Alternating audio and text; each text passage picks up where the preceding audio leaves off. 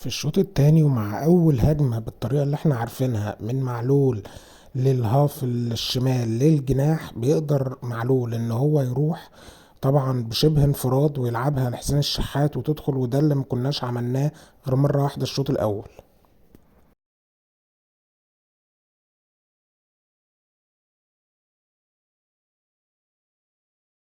هنا كولر بيحاول يستخدم عبد المنعم كاختيار زيادة لمحاولة صنع اللعب بطريقة غير متوقعة، لكن للأسف عبد المنعم برضه لما وصل للمكان ده وحب ان هو يرفع، طبعا مش عدلته، وللأسف رفعها بالونة كالمعتاد، وزيه زي هاني زي أكرم.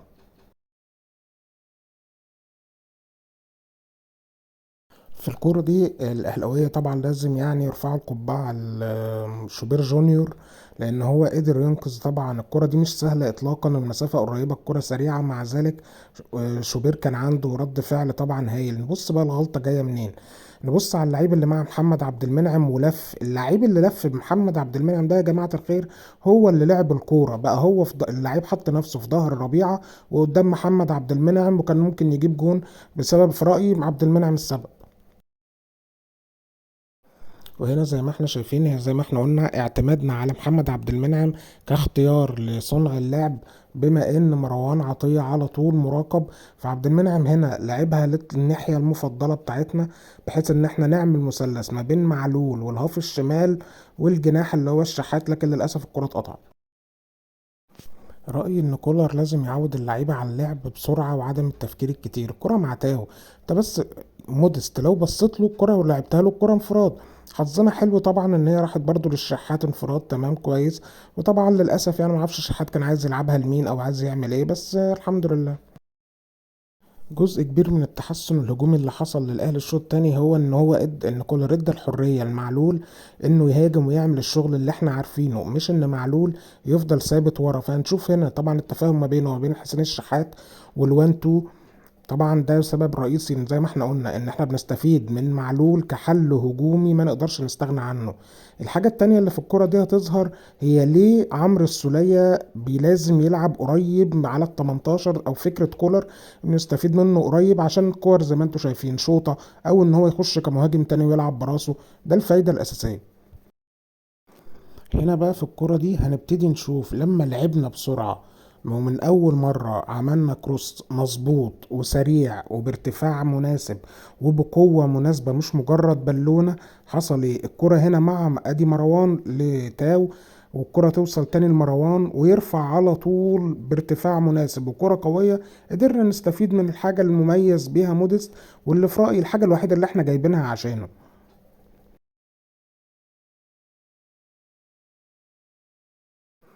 كلمة بس كده في ودن إمام عاشور، إمام عاشور لازم يحاول برضه يلعب من أول لمسة. للأسف من وقت ما نزل في الماتش ده وهو بيحاول يحتفظ بالكرة كتير أوي زيادة عن اللزوم. بص هنا أهو سام أبو علي بيقول لك العبها من أول مرة، هو من أول مرة هيروح انفراد، أنت اتأخرت ليه؟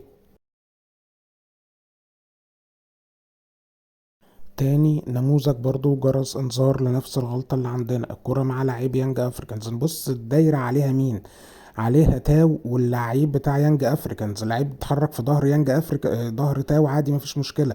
بالتالي طلع اكرم عشان يحاول يروح عليه، فالمساحة فضت للجناح بتاع يانج افريكانز. نبص المشكلة التانية، الكرة لما وصلت هنا مروان للأسف ضغط برضه متأخر، طبعا فضلا ان تاو واقف يتفرج، فمروان دخل يتأخر. فنشوف بقى عمل ايه اللعيب اللي كان في ظهر تاو، هو اللي شاط الكورة اللي كانت ممكن تدخل فينا.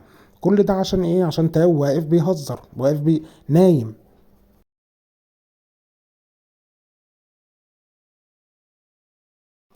طبعا احنا عندنا الخط الهجوم كله مفيش انسجام ما بين اللعيبه اللي بتلعبوا مع بعض، وفضلا برضه عن ان احنا ما بنركزش ان احنا نلعب من اول مره في الطريقه السهله. كره اتقطعت والكره مع وسام ابو علي، العب بقى لطاهر بيجري لك. لكن نشوف بقى طاهر فكر وسام عمل ايه، لعب لقفشه. طيب قفشه فضل انه يلعب لطاهر البعيد قوي هناك وما بينه وما بين وسام ابو علي. طب ما انت كان عندك امام اسهل.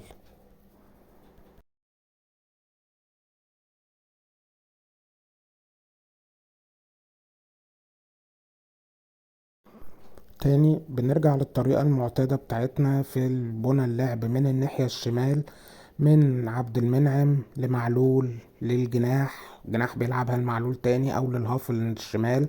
فبالتالي دي الطريقة اللي احنا متعودين عليها وبنوصل بيها على طول لأي مرمى في أي ماتش احنا بنلعبه. ولكن احنا هنا برضو جايب الكورة دي مش عشان ابين ان احنا بنطلع بالطريقة دي، كل ده تمام كويس مفيش مشكلة، ولكن عشان حاجة تانية. انا دلوقتي الكرة نزلت معايا هنا تمام من معلول راحت لطاهر، طاهر لعبها بيلعبها المعلول تاني. كل ده حلو قوي. انا مشكلتي بقى مش هنا، انا مشكلتي جاي بص معلول هيعمل ايه. انت وسام عندك بيشاور لك فاضي العب ليه، مش ليه ما بلعبش لوسام؟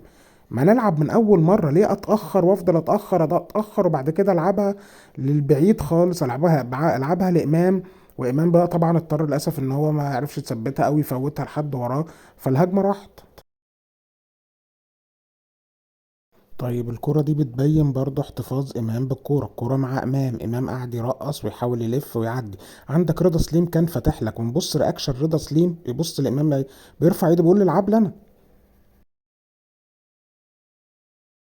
تاني هنا برضه عدم الانسجام ما بين التلاتة اللي بيلعبوا قدام. الكرة وصلت لطاهر تمام، نبص بقى وسام ابو علي فين.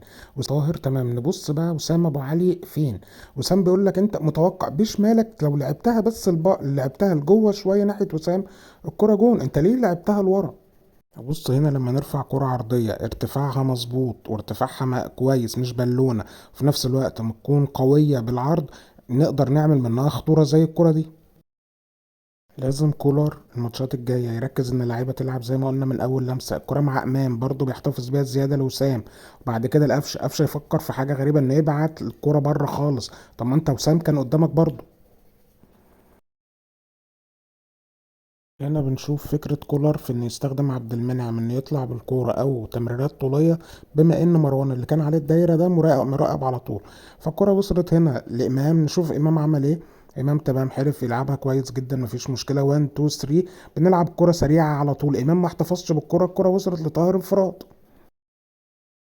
تاني فكرة الكرة التانية، الكرة معلول بيطلعها ما خدناش الكرة التانية واتعملت علينا هجمة كانت ممكن تخش جول. نبص هنا بقى لتأثير معلول لما يبقى عندك باك شمال عالمي. هنا معلول نظريا كان المفروض يلعبها برضه في رأيي لوسام. طيب معلول عمل ايه؟ اتأخر استنى عشان يلعبها لإمام. قد يكون معلول شاف ان خاف يلعبها لوسام ابو علي فتطلع اوفسايد، او الحكم الرايت التعبان ده يرفع علينا اوفسايد او انت.